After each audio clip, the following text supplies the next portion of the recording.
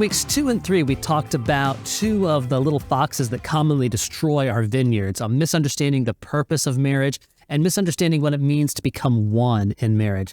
And this past week, you read more about the process of becoming one. So, sweetheart, what are some of the ways we've become more one in our marriage? Well, I think that we've grown in taking each other into account. So we kind of talk about the thing about what we're going to get for food for carry out.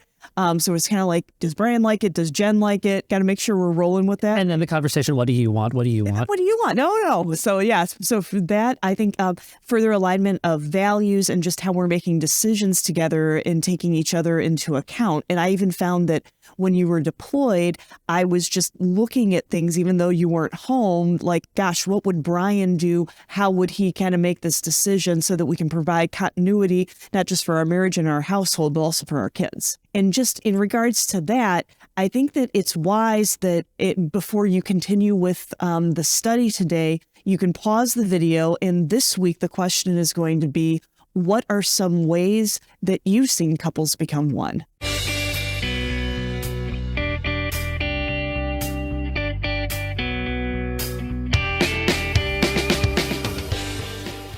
One of the tricky things about becoming one in marriage is it's both an event and a process.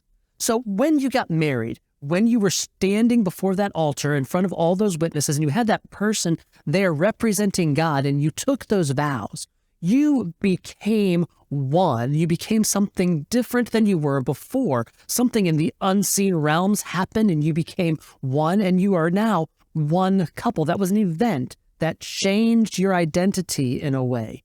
But it's also a process. Throughout your lives together, you continue to become one. You are changed fundamentally, but not fully in that moment.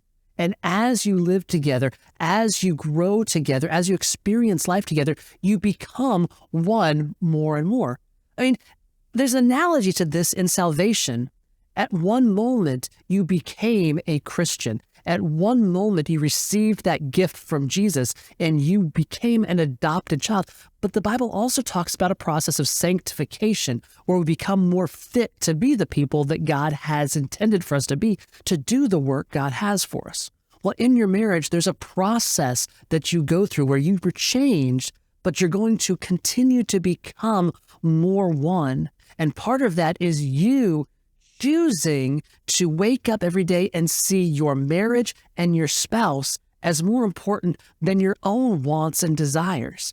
And of course, the perfect example of this is Jesus, where in Philippians 2, we see that Jesus was in the very nature God, but became human, put on human flesh, and died on a cross for us. He took what he was and he took our value, took what we needed and put it above his own wants and desires so that we could have what we truly needed from him, salvation. This has been the focus of your reading these past 2 weeks. So how you love each other helps you to become one. And remember, love is not simply an emotion. Love is an attitude.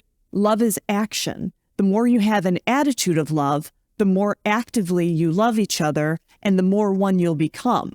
If you want to do a study on this one another concept and see what Jesus had to say about this in the Gospels and also what Paul had to say about this in the epistles, do that internet search on your own. Also, how you communicate helps you to become one.